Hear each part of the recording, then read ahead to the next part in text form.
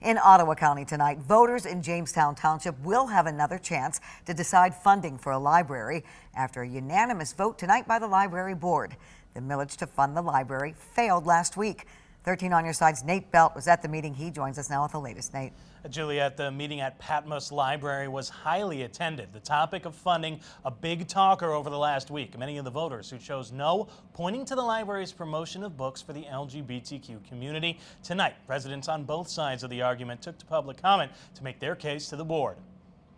Public comment lasted over an hour, with the majority of the speakers showing support for the library. A no vote on the millage last week could now lead to its closure. Supporters asked for the vote to return to the ballot, asking for the community to be more inclusive. But we need to understand there are other people in this country that are allowed voices and allowed representation and resources, and that it's okay, that we can live together. Some opponents of the millage say they voted no because of the few LGBTQ-related books the library had recently promoted, saying those subjects should be taught by parents.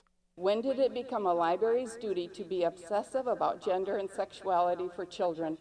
It's a parent's job to ensure that their children grow up to be stable, self-confident. One speaker, the mother of a transgender child, says books like that are important in a public place to show acceptance in the community. And it hurts me so bad that I now have to homeschool my child because your kids bully him so much. Multiple people who voted no on the millage say they were unaware that the library faced closure if the millage didn't pass and hope to see it remain open, but without those books available. I'm concerned with the direction this library is going, and I voted no to send a message. Please keep the library open, but change the way that we're making decisions on books.